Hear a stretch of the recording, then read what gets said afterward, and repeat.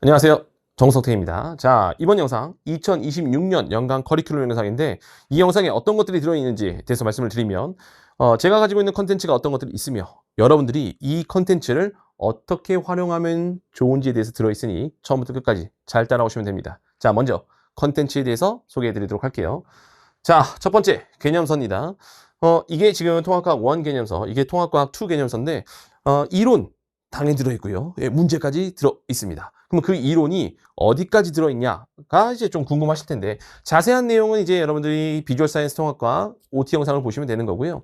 지금 여기서는 좀 이렇게 말씀을 드릴게요. 기본적으로 통합과학 이론이라고 딱 정해진 범위가 있습니다. 근데 이제 수능통합과학과 학교통합과학의 차이점은 수능통합과학은 출제기간이 하나잖아요. 그럼 딱 그들이 정해놓은 거기에서만 나온다고요. 그치? 근데 이제 학교통합과학 같은 경우는, 그러니까 지금 내신통합과학을 얘기하는 거죠. 학교마다 색깔이 다르고, 그다음에 그 학교에서도 어떤 선생님이 들어오느냐에 따라서는 다릅니다. 그들이 좀 물리에, 학교 선생님, 우리 학교 선생님이 물리를 조금 더 잘해. 그러면 이제 본인들도 물리 쪽에서 조금 심화되는 문제를 낼 수가 있고, 화학성이다. 그럼 화학에 좀 관여해서. 그다음에 생명이다. 생명. 통합과학이라는 여러분 전공은 없어요. 그렇기 때문에 각각의 이제 물리 전공, 화학 전공, 생명 전공, 지구학 선생님들이 여러분 들어와서 본인들에 해당되는 저 잘하는 걸 아무래도 더 어렵게 낼 수가 있겠죠. 그런 것까지 확장시킬 수 있는 이론까지 들어 있습니다. 보통 그 경계가 어디까지냐면 여러분들이 2학년 올라가시게 되면 이제 과학을 선택하시는 분들에 있어서 물화생지를 선택하시게 될 거 아니에요. 그렇죠? 거기까지 가는 건 좀 너무 과합니다. 그 사이 어딘가까지 여러분들 포함할 수 있는 이론들이 다 들어 있습니다. 그래서 이제 그것들을 보시고 여러분들 학교 거랑 잘 병행하셔서 하시게 되면 여러분들 잘 커버할 수 있다라는 걸 말씀을 드리는 거고요. 여기 들어있는 여러분들 문제들도 막 엄청 기본적인 너무 쉬운 문제라기보다 여러분들 어느 정도 평균적인 문제들로 구성이 되어 있어요. 평균적인 문제에서 중상 정도라고 생각하시면 됩니다. 네, 그렇게 하시게 되면 여러분들이 일반적으로 통합과학이라는 단원들이 이런 색깔을 가지고 있구나라는 걸 알 수 있는 책이에요. 아시겠죠? 그래서 이것로 잘 따라오시면 된다라는 걸 말씀을 드리고, 그 다음에 두 번째 필살기입니다. 자, 필살기는 무엇이냐? 제가 모든 설명회, 그 다음에 모든 현장 강의, 그 다음에 인강에서도 다 똑같이 얘기하는 게 있어요. 통합과학은 암기적인 성향이 굉장히 강한 과목이에요. 이 암기적인 성향이 굉장히 강한 과목입니다. 물리화학은요, 계산적인, 물론 거기는 계산적인 요소가 있을 뿐이죠. 근데 그 계산적인 요소를 우리가 건드리기 위해서 이 암기를 잘 하면 이 계산적인 요소를 자연스럽게 자연스럽게 굉장히 물 흐르듯이 여러분들 쫙 커버할 수 있는 내용들이 있는 게 통합과학이라고요.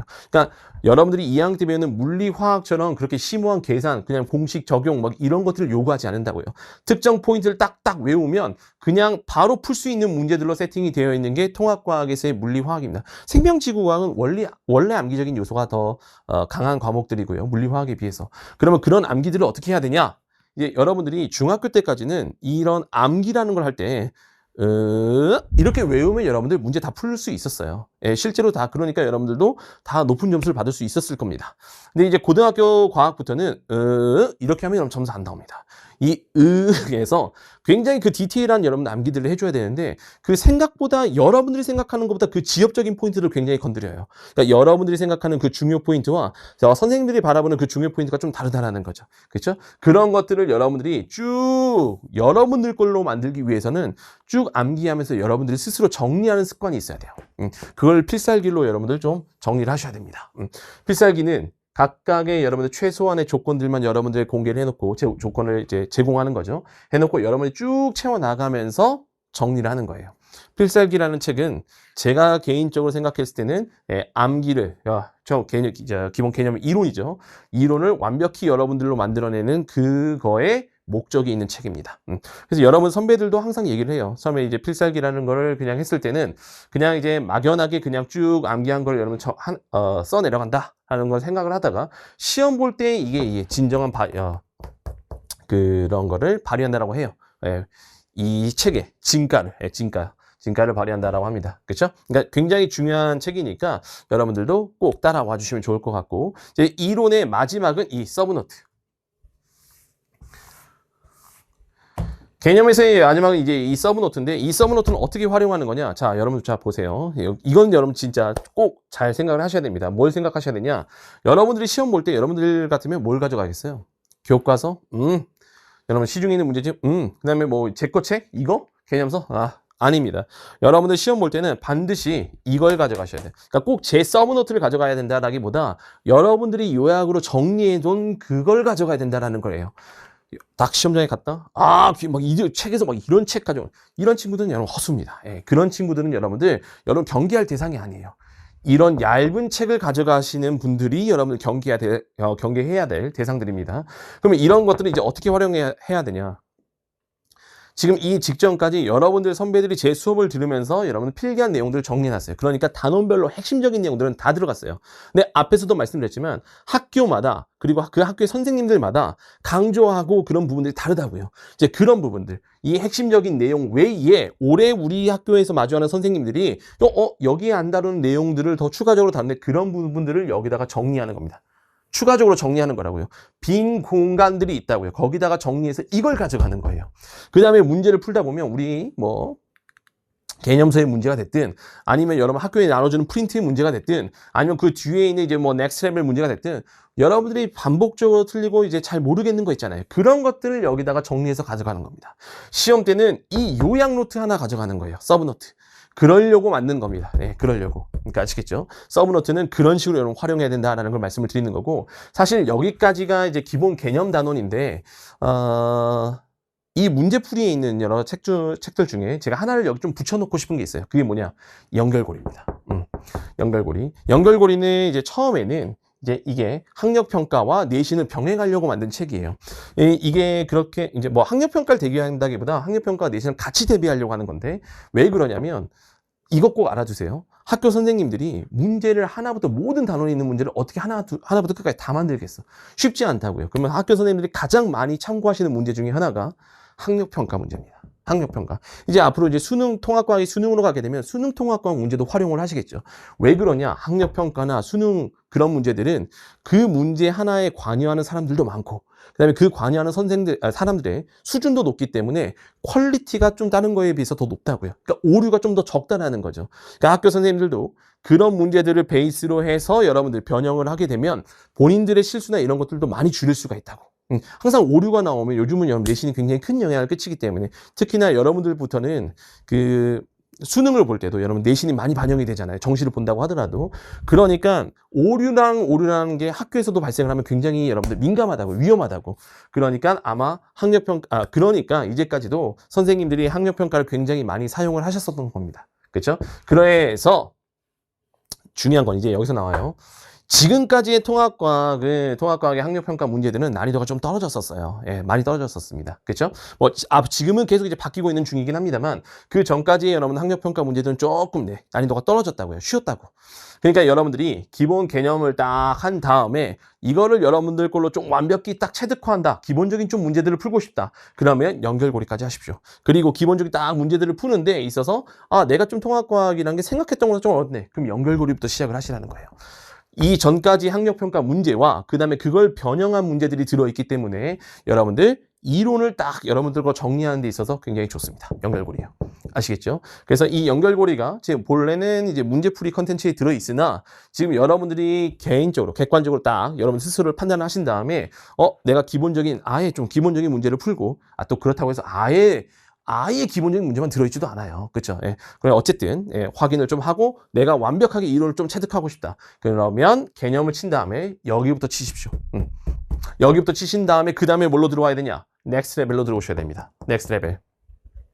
넥스트 레벨은 지금 기본적인 개념서에 있는 문제보다 난이도가 조금 더 높습니다. 예, 조금 높은 문제들로 세팅이 되어 있어요. 그래서 이런 것들까지 하시게 되면 여러분들이 가장 작은 문제, 그러니까 작은 문제라고 하는 거는 이제 쉬운 문제죠. 쉬운 문제부터 가장 어려운 문제들까지 굉장히 많은 문제들을 커버할 수 있습니다. 넥스트 레벨까지요. 그렇죠? 넥스트 레벨도 이제 1학기 책과 2학기 책, 그러니까 통합과 1, 2학기로 나누지 말고 통합과 1, 2책으로 나눠져 있습니다. 그래서 각각을 좀 보시고 질문도 많습니다. 넥스트 레벨 같은 경우는요. 그렇죠? 그러니까 여러분들도 풀어보시고 적극적으로 질문을 하십시오. 그 다음에 이제 완자까지 하시게 되면 이제 여러분들이 문제풀이는 웬만한 건 다 했다라고 생각하시면 돼요. 완자는 사실 지금 고등학생들이 가장 많이 보는 참고서 중에 하나잖아요. 그렇죠? 그렇기 때문에 많은 분들이 원하시고 해서 좀 추가적으로 찍었어요. 그러니까 완자는 아무래도 제가 모든 통합과학의 유형들 그걸 다 다룰 수는 없기 때문에 여기서 이제 제가 안다는 유형들의 문제들도 있을 거예요. 그런 것도 이제 해설 영상을 다 찍어놨으니까 참고하시면 좋을 것 같네요. 오케이? 자, 그 다음에 마지막 심화 문제풀이 모의고사와 직전 보강이 있습니다. 여러분들도 지금 제 인강을 듣든 아니면 다른 선생님들의 인강을 듣든 아니면 현강을 다니든 모든 시험의 마지막은 모의고사로 마무리를 하셔야 돼요. 여러분 선배들한테 한번 들어보십시오. 이제 수능 보시는 분들은 이제 뭐 N수생들 포함해서 여러분들이 언제쯤 되냐? 여름쯤 이후부터는 모의고사를 매주 여러분 몇 개씩 풀어 나갑니다. 몇 개씩 풀어 나가요. 그게 왜 그러겠어요? 지금 여러분들도 아마 느끼실 텐데 쭉 하다 보면 단원별로 여러분들 기가 막히게 하시는 분들도 있고요. 그렇죠? 이 다음에 전체적인 모든 단원을 했을 때 기가 막히게 하시는 분들이 있어요. 뭐가 낫겠어요? 당연히 전체적으로 모든 걸 포괄해서 잘하는 사람이 훨씬 더 좋은 거죠. 단원별로 잘하시는 분들이 시험에서 약한 이유는 이거의 환경적인 문제 때문에 그래요. 환경적인 문제. 평상시에 시험과 똑같은 여러분들 환경과 그다음에 그 시험에서 나온 똑같은 유형의 문제 그 틀을 여러분들 연습한 사람과 안 한 사람의 그 차이가 여기서 나온다고요. 단원별로 잘하는 친구들이 시험에서 약한 이유는 그런 환경 연습이 좀 덜 되어 있기 때문에 그렇습니다. 그래서 그렇게 하기 위해서 저도 현강에서도 항상 이 모의고사를 마지막에 여러분 꼭 이제 같이 하게 되는데 굉장히 중요한 작업 중에 하나입니다. 모의고사. 그래서 여러분들이 어떤 강의를 듣든 어떤 현장 강의를 듣든 꼭 선생님들한테는 모의고사는 직접 여러분 요청하세요. 우리 거에 맞게 이렇게 세팅을 해달라고 이렇게 모의고사를 꼭 요청을 하셔서 연습을 하고 시험을 들어가십시오. 아시겠죠? 그 다음에 이제 올해 처음으로 이제 만드는 직전 보강이다라고 해서 있는데 직전 보강 여러분들 보통 이제 직보라고 하는 걸 여러분들도 경험해 보셔서 아시잖아요. 어떻게 돼 있어요? 자, 이번 시험법 뭐 1학기 중간고사다라고 한다면 1학기 중간고사에 해당되는 단원들에 대한 내용들 싹 정리하고 그 다음에 중요 포인트 딱딱딱딱딱 짚으면서 거기에 해당되는 유형들, 대표적인 유형들 딱딱딱딱 정리하는 게 직보잖아요. 그렇죠? 그런 것들을 이제 만들고 공개를 할 예정입니다. 시기점은 보통 이제 여러분들이 1학기 중간고사다라고 한다면 4월 말에서 5월 초쯤 보잖아요. 그렇죠? 그러면 그 시험 보기 전 한 2, 3주 전쯤에 공개를 할 거예요. 그래서 내용은 방금 전에 말씀드렸던 것처럼 그 단원에 해당되는 내용들 싹 정리하시고 그 다음에 대표적인 유형들 문제들 보면서 우리가 쭉 정리하는 그런 컨텐츠다라고 생각하시면 됩니다. 그러면 지금까지 말씀드렸던 컨텐츠들을 우리가 어떤 식으로 활용을 하면 좋은지에 대해서 좀 말씀을 드리면요. 아까 전에도 말씀드렸어요. 개념은 웬만한 건 다 들었어요. 실험적인 거. 요즘은 또 그런 문제들도 많이 나오죠. 여러분들도 아시겠지만 수능통합과학은 이런 식으로 나올 거다라고 이제 가이드 문제를 이미 줬어요. 네. 거기에서 지금 나오는 색깔을 좀 보시면 우리가 기본적인 어떤 내용들이 있죠. 이 내용들을 직접적으로 물어보는 내용의 문제, 이런 스타일의 문제는 아닙니다. 이거를 지금 우리가 알고 이거를 지금 답으로 쓰는 이런 식의 문제가 아니라 이거를 푸는 데 있어서 특정 자료를 여러분들 해석을 해야지만 풀 수 있는 문제들로 여러분들 나오고 있어요. 그럼 이게 왜 중요하냐? 지금 이제 수능 문제가 이런 식으로 나온다라고 한다면 많은 학교들이 그런 스타일을 따라갈 수밖에 없습니다. 왜 따라갈 수밖에 없냐? 학교들도 아웃풋을 내야 되잖아요. 우리 학교에서 이런 애들이 나왔다라는 걸 여러분 보여줘야 되잖아요. 그렇죠? 그러니까 아무래도 여러분들에게 그 수능에 익숙한 스타일의 문제들을 많이 노출시킬 수밖에 없어요. 네. 그래서 앞으로 점점 뭐 여러분들 세대부터 그럴 수도 있고 여러분 학년부터 그럴 수도 있지만 여러분들 밑에 학년은 점점 더 통합과학의 난이도는 점점 높아질 겁니다. 이런 식의 문제들이 많이 나올 거예요. 여길 껴서 하는 거. 보통 그러면 이런 식의 스타일이 어떤 스타일이냐? 내용이 굉장히 길어집니다. 문제의 내용이. 그렇죠? 문제가 굉장히 마치 국어 문제처럼 굉장히 지문이 길어지면서 여기서 읽어 내려가고 해석하는데 시간이 좀 걸리게끔 하는 문제들이 나올 수가 있어요. 그런 식으로밖에 문제 난이도를 높일 수가 없어요. 왜 그러냐? 통합과학은 그만큼 문제가 좀 라이트합니다. 내용이 라이트하기 때문에 이 라이트한 내용을 가지고 여러분들을 괴롭힐 수 있는 거는 이런 자료를 끼고 여러분들께 자료를 껴서 그 자료를 해석해서 푸는 문제들밖에 없거든. 그렇지? 이런 식으로 문제가 좀 바뀔 거예요. 근데 이 얘기를 왜 했죠? 그래서 그런 내용들을 쭉 보시고 정리하시고 그 다음에 꼭 이 요약을 하셔야 되는데 꼭 연결고리까지 좀 껴서 여기서 같이 마무리하시면 좋을 것 같아요. 기본적인 문제들이 들어있으니까. 그래서 여기다 추가적으로 여러분 연결고리까지 여기다가 연결고리까지 같이 해주시면 좋을 것 같아요. 자, 그 다음에 문풀 집중으로 넘어가시게 된다라고 한다면 이젠 기본적인 개념서 보신 다음에 어떻게 돼요? 아까 전에 말씀드렸던 것처럼 조금 더 높은 난이도의 문제까지 넥스트 레벨 보시고 그 다음에 대중적인 여러분들 문제까지 쭉 보시면 문풀도 완성. 그 다음에 마지막에 시험 보기 직전에 뭐예요? 모의고사나 직전 보강을 하면 된다. 그러면 이걸 연간 커리큘럼을 좀 볼게요. 연간으로. 연간 달력으로 좀 보시면 겨울방학 때 이제 개념서를 좀 보시는 게 좀 좋습니다. 지금 뭐 물론 이때 개인적으로 제 개인적인 욕심으로는 사실 이때 필살기까지 여러분 해주시는 게 좋죠. 필살기를 해서 여기서 이제 개념을 딱 떼버리고 오면 여기서부터는 좀 더 문제에 많이 집중을 할 수가 있거든. 근데 항상 이제 여러분 선배들도 봐도 그렇고 뭐 여러분들도 아마 똑같을 거예요. 겨울에 생각보다 이 국영수에서 뺏기는 시간이 많습니다. 국영수를 뭐 선생님들 탓하고 뭐 그 과목을 탓하자는 게 아니에요. 뭐 자연스러운 거예요. 주요 과목이니까요. 그렇죠? 그래서 이 개념서만 세팅해도 굉장히 바쁩니다. 네.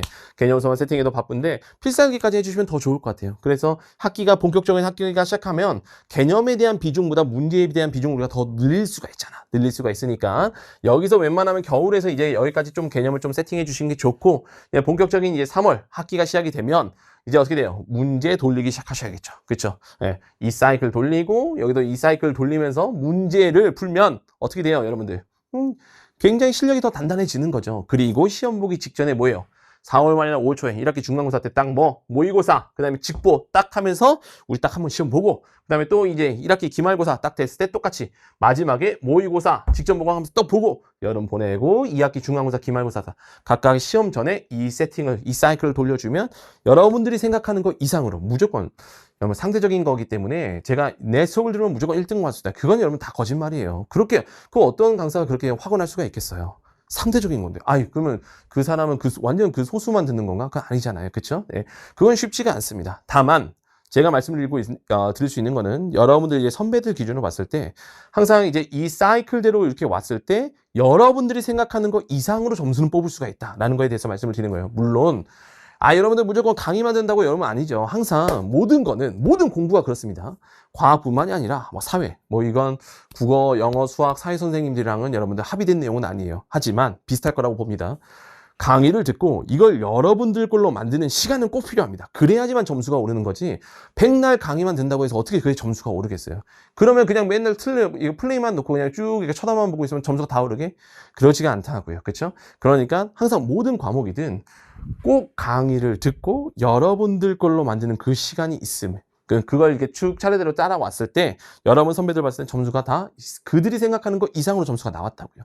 여러분들도 그렇게 할 수가 있다고요. 여러분들이 생각하는 그 이상으로 점수를 뽑을 수가 있으니까 쭉 따라와 주시면 좋을 것 같아요. 오케이? 여기까지가 이제 제가 말씀드리는 연간 커리큘럼에 대해서 말씀을 드리는 거고 이제 이 다음 영상을 우리가 어디서 만날 거냐? 비주얼 사이언스 통합과학에서 뵙도록 하겠습니다.